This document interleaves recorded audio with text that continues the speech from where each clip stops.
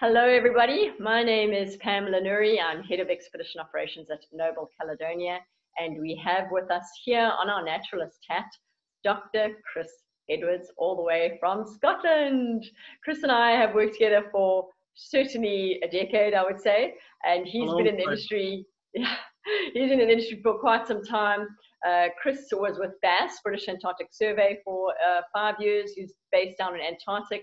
Then he spent more than a decade with British Petroleum, BP, and the oil and gas industry before he ran away to sea, like the rest of us, to go and have adventures around the world. So we're very lucky when we have Chris on board. He's not only a fantastic naturalist all round, pretty good with birds, lichens, mosses, all the other little critters. But of course, the speciality for Chris is that he is our geologist. So we always try to put a geologist on board, but it is especially important on some of the voyages that are geology based. So thanks for joining us, Chris. And how are you? I'm lovely, of course, as usual. Enjoying the summer such as it is. Mind you, the temperature today is pretty cold. I'm in the north of Scotland, and we're having a frost tonight. Oh, okay. So anyway, we'll survive. So now, are those really books you've all read behind you, or is it one of those wallpapers? I collect books on Antarctica, but yeah, it's not wallpaper. I wouldn't say I've read every single one, but I do collect, and I have been for quite a number of years. Very good. Well, so we thought that the theme of this talk would be to talk about if someone was a budding or enthusiast in geology, and they thought, where should I go in the world to see some of the great formations or to really get a taste for geology? What type of voyage of all the ones we do, and I know you've done most of them, which areas come to mind for you first? I haven't been everywhere, and I don't profess to be an expert on everywhere. Obviously, if I'm asked to do a voyage, then I'll have to do my homework. But in general, for those particularly UK based, you can't do much better than actually go around the UK because the geology here is fantastic in a very small area. If you go to some parts of the world, you've got to travel long distances before you see any changes in the geology. So a trip around the UK is a very good way to start. And of course, that's where the cradle of geology is, geological thought. Wait, so are you sure you're not just biased, hey? No, not really, not really. No. But anyway, let's just kick off with some of the things that you may come across.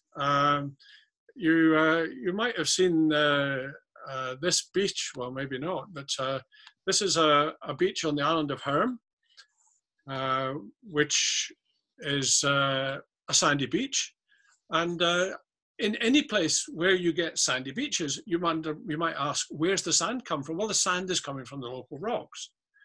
And of course, on Herm, it's a granite or a granitic type rock, and that breaks down to give sand. So anywhere where you've got a nice white sandy beach, by and large, you've got granitic rocks to give you the quartz sand. So that's your start from the south, if you like. If you want to move a bit further around the Chris, coast. Sorry, I'm just seeing how, it has a sort of almost tropical feel about it, not only because of the white sand, but some of the plants that you can see there in the background. And it sort of reminds me how the geology is always the precursor to the plants and animals that ends up inhabiting the area, as well as the climate as well. Of course, the rocks break down to give you soil, and the quality of the soil is dependent on the composition of the rocks to a large degree. I mean, for instance, rocks or limestones will tend to give you a different type of soil to say, a granite. Granites will tend to give you a more acidic rock, a more acidic soil, and like limestone, a more alkaline soil, and so on. So yeah, it's very much the underlying rocks are very much dependent on the climate, or rather, the climate will dictate what how the rocks break down and so on. And your vegetation is very much dependent on that. So let's move on a bit. This is from Cornwall. Cornwall has been mangled a bit. Some of you may be familiar with that part of the world. Now, bear in mind that these rocks started life on the seafloor, horizontal, individual beds of thin sandstones and thin mudstones, and so on. But they've been mangled, and it's a good technical term, mangling, but not to make it too complicated and too technical. That's Cornwall. Some of the trips we do, we go to Tresco, and Tresco again is granite, and you've got these wonderful sunny beaches and sandy beaches on the Isles of Scilly. Coming a bit further north in the UK, you'll be familiar maybe with the more or less touristy pictures of the Giant's Causeway, but these hexagonal columns are the cooling joints of a lava flow. The lava was poured out onto the ground about 60 million years ago, and this was the result. It's such a highlight going to Giant's Causeway, but also when we come from the vessel, we also go to, I think it's the other end of Giant's Causeway in Fingal's Cave. Is that right? That's right, but yes, I mean, the Irish will tell you that the Fingal's Cave and Giant's Causeway were linked by a causeway. It was hence the name, the Giant's Causeway. In fact, there is no causeway as such, but it's a good legend, and the Irish like to play on that. But no, the process is exactly the same. The rocks are exactly the same. They were separated by, I don't know, what, 50 or 60 miles. But and the age of the rocks is the same. So yeah. And you can see exactly the same rocks on the island of Lunga, which is in the Inner Hebrides, and you can perhaps just make out that some of these rocks are not as well defined as the Giant's Causeway, but they provide wonderful nesting places for birds. Yeah. And of course, I always joke with the ornithologist, you wouldn't have these birds nesting on these lovely rocks unless they were good rocks. So forget the birds. And in recent years, Lunga has been one of the puffin highlights of the whole North Atlantic. The last couple of years, it's just been incredible with puffins. I mean, amongst other birds.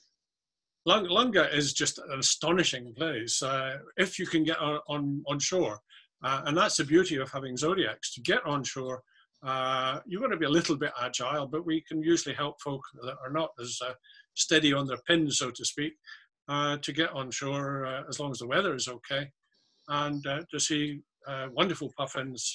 And these are kittiwakes on the rocks. But of course, anywhere where you've got birds nesting on rocks like that, you have to have good ledges or good places for nests and so on. Yeah. And that's the fun, really, all about Yeah. it. Hey, Chris, a quick question.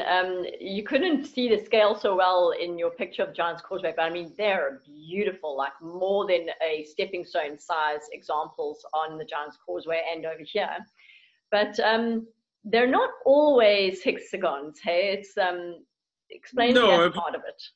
If you look at them, they're I suppose quasi-hexagonal, but I think somebody has actually done a study where they've measured hundreds of these things, whether it's in Fingal's Cave or here or anywhere around the world where you've got these hexagonal cooling joints. As the rocks cool down, they contract, and that's what you've got here. But it varies from 5 up to 8, something like that. But overall, I think the average is around about 6, 6-sided. Yeah. But, and as I say, they're not unique to here or to Lunga or Fingal's Cave or anywhere. You can find the various things all around the world. Well, I mean, we see them all over the world, as you say, but this Giant's Causeway is certainly, in my experience, one of the best examples of seeing them in this way. They're fantastic. Oh, yes. I mean, it's wonderfully well exposed.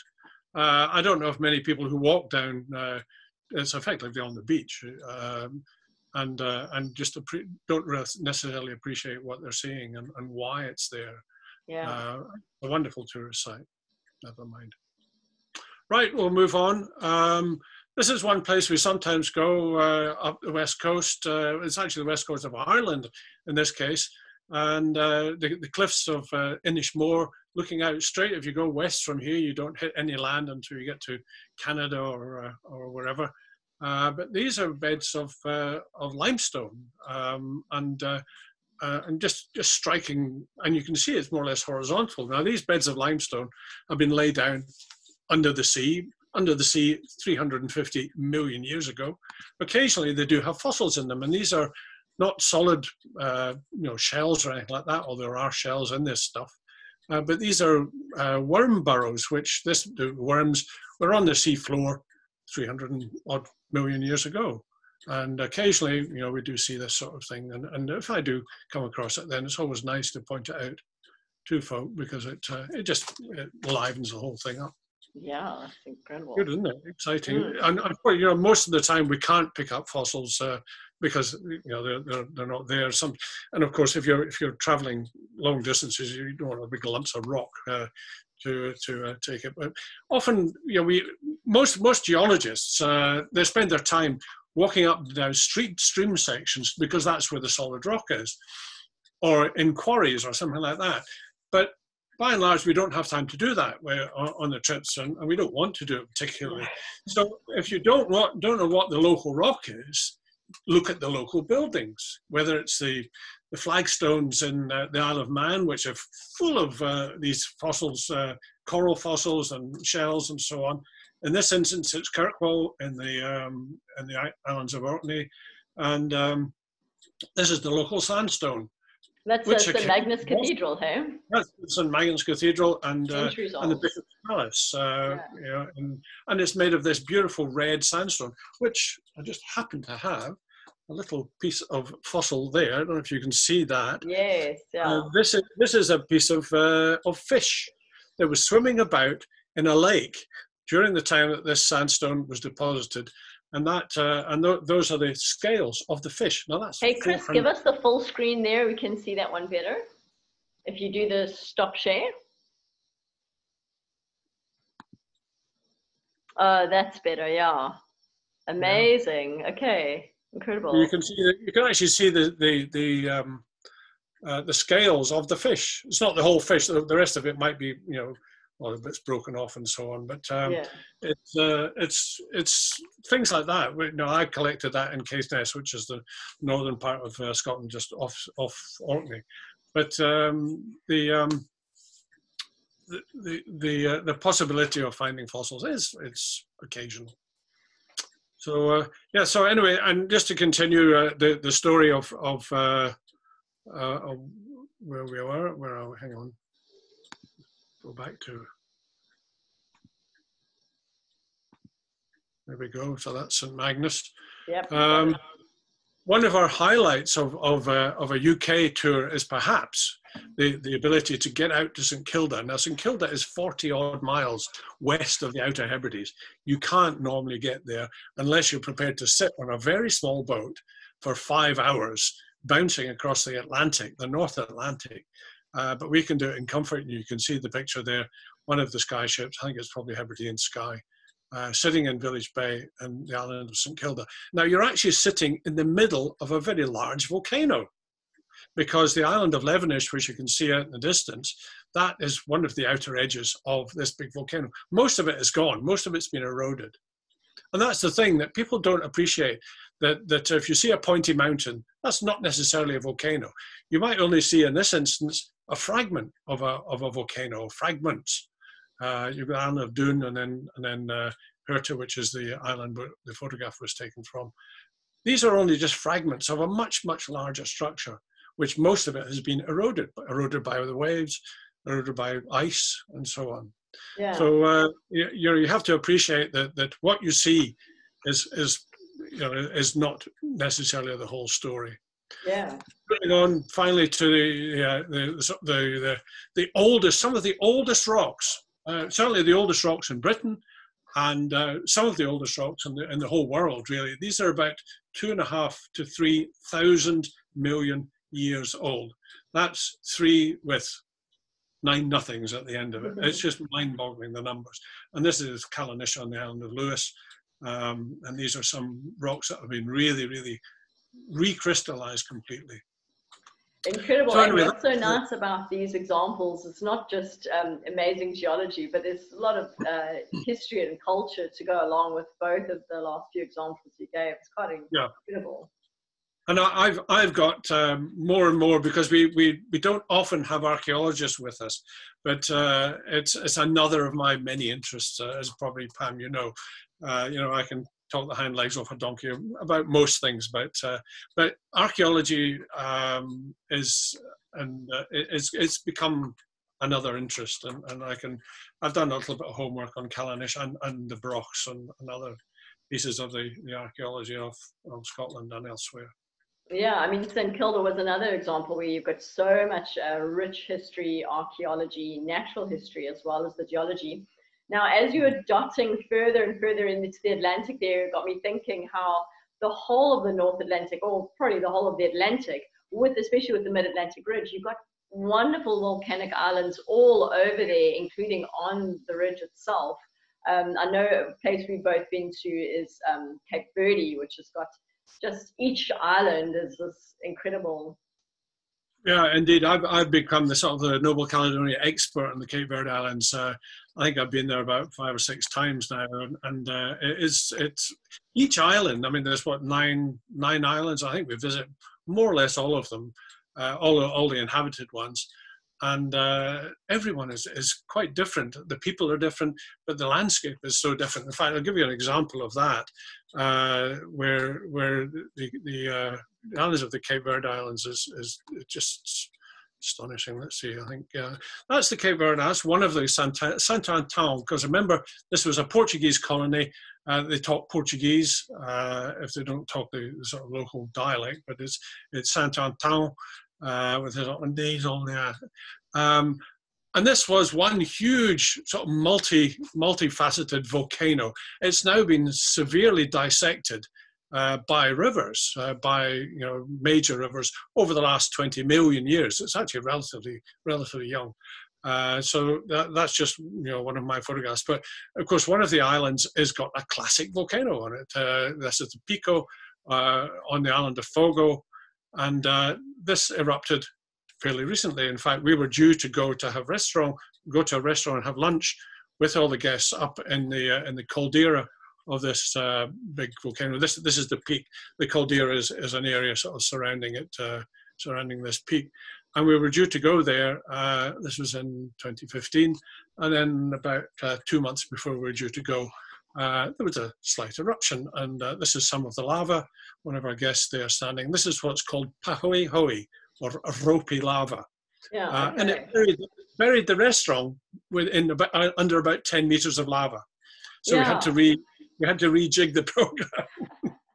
Now, I know from Fogo, it's where, the government asked the community, and they relocated the community down the hill, and they built new dwellings for them. And they were like, guys, you can't live in this active caldera. And they were like, no, the soil is too fertile. We want to grow all our agriculture up there in the caldera. And they all just abandoned this lovely new housing that the government built. They went back to live in the active caldera. And I think they grow some pretty good wine there. Or I don't know if it's good or not. I'm not a wine connoisseur, but I know that I remember seeing the wine vineyards up there. I was like, this is amazing. The grapes are very good. It's the only part of Fogo that you can grow grapes, because it's cool. You're up about 5,000 feet, something like that. Yeah. And it's interesting what you mentioned about having to relocate all the inhabitants. They took them down the hill. Of course, what did the children do? Some people wanted to stay. Not all the houses were destroyed. The Noble Caledonia Charitable Trust funded a minibus to take the kids down to the school, because the school was destroyed. So the kids that were left up in the caldera, they were then bussed down the hill to the school on a small town called Furnas. And it's that such was a nice example of, when we go to these places, like, you are able to make a difference sometimes. So to buy a new minibus for a small population like that, it wouldn't really have been possible. But we all chipped in, Noble Caledonia chipped in, and it was great. And we saw this bus, and the benefits that the children got by having access to the school. Yeah. So yeah, it's good. But Fogo is, I mean, Fogo is an active volcano. It's one of the, I suppose if you think rather than Iceland, which is our nearest kind of active area, Fogo is a wonderful volcano, and you've got that wonderful peak. Okay, let's press on. I can't remember now where we're going with this. I tend to waffle, as a lot of people do. We're going to the volcanoes. Volcanoes. Oh yes, the Atlantic Islands, of course. We did, this was a kind of a sort of half expedition, half destinations type cruise, but we landed on Palma, La Palma, one of the Canary Islands, and in fact you can see all our guests walking down, and this is a relatively recent ash deposit, if you like, and people walk down this lava flow. Very nice, very pleasant walk. Actually, Chris, that reminds me, you know, you just mentioned Canaries, and in contrast, you've got Canaries, Azores, and Cape Verde, and they're all these similar latitude, give or take, volcanic Atlantic groups of islands, which are geologically sort of similar. In plants, they're sort of similar, but in culture, I mean, Cape Verde is very much Africa. It's fantastic. Whereas you jump over to Canaries and Azores, and it looks otherwise the same in terms of the background of your photos, but it's very much Europe, you know. So it's quite a different experience considering the similar geology. That's right. I mean, in fact, all the Atlantic islands, you've got Iceland coming a bit further, you've got the Azores, which is just amazing. The Canaries, Cape Verde Islands, and then if you go further south, you've got Ascension, St. Helena, and Tristan. And they're all volcanic islands. Every single one is a volcanic island. So they all have similarities in the geology, but as you say, the culture is different and the vegetation is... Yeah. Actually, Chris, you and I are both expected to be on the voyage that goes from Ushuaia up all those islands. We do Tristan, Ascension, St. Helena, and then carry on all the way up to. Yeah, I've done that in the past. The other way down, we did it from Cape Verde a number of years ago down down the Atlantic, and it's a stunning trip. We saw a pretty big hits on that trip. Although, of course, it's sort of like high risk, high reward when you've got these tiny dots of islands in the middle of the Great Atlantic. So, well, of course, Tristan particularly is one of these hit and miss places. Can you get ashore or can you not? In fact, we actually managed to get ashore on Tristan and Nightingale that trip. So, but you can never tell. No, yeah, exactly. So you're on the Faroes there, I saw. Right, yeah, that was the Faroes. Let's go back to the Faroes. And again, the Faroes is a volcanic or series of volcanic islands. And in fact, the beds you can see are the horizontal or semi-horizontal beds there. Were all individual lava flows, and the whole of the Faroes are just one lava flow after the other. You can see the same thing on the west coast of Scotland, on Mull. But you can perhaps detect that one, if you take any one lava flow, you can see it extended over to the other side of the valley. And the valley has been created by water, by rivers, eroding that away. But once upon a time, that was just one stacked or a series of stacked lava flows.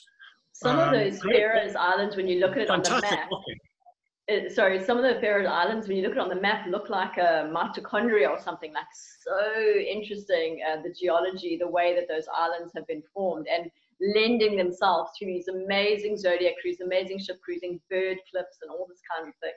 Indeed, it's wonderful walking country. Because in any volcano, you've got the potential for real active volcanic activity, and in fact, this is Iceland.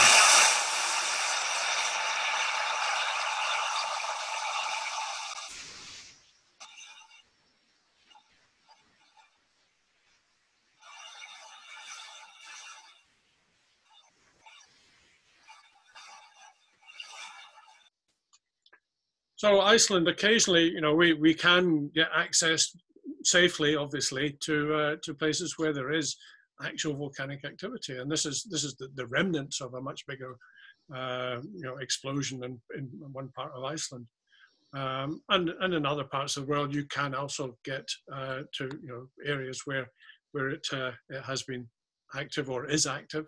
But of Yeah. course, in Iceland is again one of these places where people think that they're going to see wonderful things, and indeed they do. Lots and lots of water, lots and lots of waterfalls, and the waterfalls are falling over an individual lava flow. So these waterfalls wouldn't be there if you didn't have the underlying geology to Yeah. dictate the hard rock. Iceland is such an iconic geological tourism area. I mean, it's probably what a lot of people think of when they want to go see geology. And I think the big buzz around Iceland itself and geology really kicked off with the, was it 2012 eruption of Eyjafjallajökull? Eyjafjallajökull, you have to give passengers elocution lessons of how to pronounce that, because I remember hearing some media types really murdering Eyjafjallajökull. So I learned how to do it, and and now you're the expert. But I think after that volcanic eruption, tourism in Iceland went up by 80% in the subsequent years. It interrupted travel across the Atlantic, and everyone was like, hey, what's going on there in Iceland? So it really kicked off tourism for them. And also, I think a real interest after that in geological tourism itself. People since then, in my experience, have been so much more interested in the volcanoes and the formations and stuff. So I mean, you've become eternally more popular since then. I know and the beauty of what we do with effectively a semi-circumnavigation of Iceland is, I think most people who go to Iceland, and Iceland has far more tourists than they have resident population, but we can get on the ship and go right round Iceland and visit places where most people are not going to get a car and drive right around Iceland. It's too far to do that, but we can sort of dot in various places right around the island and see different aspects of the island, and get into places where most people wouldn't actually get to. Yeah. The island of Grimsey, for instance, which is right on the Arctic Circle, and we can actually walk up and walk over the Arctic Circle, which is wonderful. And they've now marked it with that giant ball. I suppose it's made out of rock, and it's pretty good icon. I think it's one of the best ones I've seen because it's movable, as it does happen. Well, they have to move it. People don't realise that the Arctic Circle is actually moving, but I'm not going to go into that detail. I'll leave that for a recap sometime. Yeah, exactly. Well, we've started in the UK talking about geology, and we've expanded, and we've only gotten as far as Iceland, which isn't particularly far as the globe is concerned. So I think we're going to have to revisit this chat in a second session. So I think that's far enough, perhaps. But thank you so much for your time. It's been so good to talk about some of the geology highlights just there in the Atlantic, basically. And I think we'll have to do a take two to actually start exploring the whole rest of the world. I suppose it'll take a lifetime anyway. There's the Indian Ocean, there's the Pacific, there's Indonesia, New that Zealand. part of the world. There's Kimberley, there's New Zealand. Yes, I mean, and all other aspects. But I suppose the best part is that you don't actually have to go very far to see some of the best stuff right there. No, that's right. Just go out, and have a walk around your local area. Yeah. Well, thanks so much, Chris. It's really great to see you. And thanks for all those lovely insights. Okay, you're welcome. All right. Enjoy the rest of your day. Bye.